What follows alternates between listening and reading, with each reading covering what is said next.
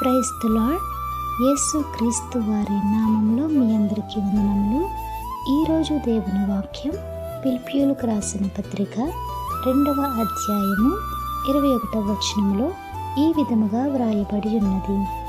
అందరూ తమ సొంత కార్యములనే చూచుకొనుచున్నారు గాని యేసు క్రీస్తు కార్యములను చూడరు.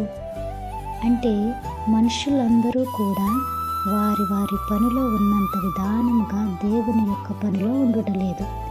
కాబట్టి ఎవరో కొందరు మాత్రమే దేవుని కొరకు ప్రయాసపడుతున్నారు.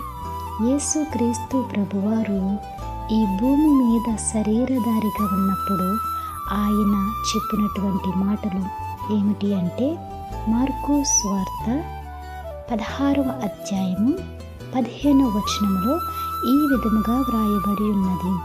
మరియు మీరు సర్వలోకమునకు వెళ్ళి సర్వ సృష్టికి సువార్తను ప్రకటించుడి.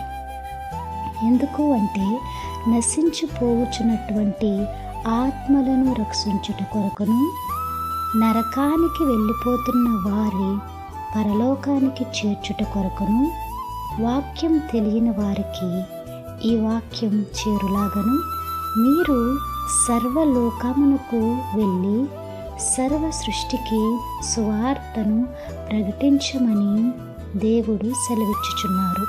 కాబట్టి ఈ రోజున ప్రతిరోజున కూడా ఈ యొక్క వాక్యం ఈ విధముగా మీ ముందుకు వస్తుంది. దేవుడు మిమ్మల్ని దీవించును గాక. ఆమేన్.